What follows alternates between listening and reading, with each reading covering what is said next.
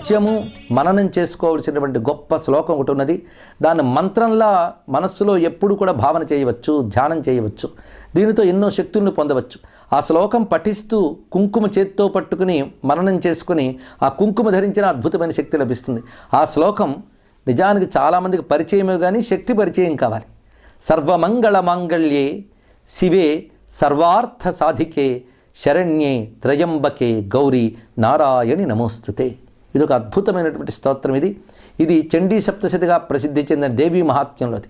అందులో ప్రతి శ్లోకము అద్భుతమైన మంత్రరాశే, కానీ ఆ శ్లోకాలన్నింటిలోని ఒక మణిరత్నంలా ప్రకాశిస్తున్నటువంటిది ఈ దివ్యమైన శ్లోకం. దీనిలో భావం ఏంటంటే సర్వమంగళ మాంగళ్యే, మంగళము కలిగించే వాటిలో ఆ మంగళకర శక్తిగా నువ్వు ఉన్నావమ్మా అన్నారు ఇక్కడ. అంటే సృష్టిలో మనకు ఆనందం కలిగిస్తోంది, మంచి కలిగిస్తోందని వస్తువుని స్వీకరిస్తామని, అంటే దానిలో ఆనందము మేలు కలిగించే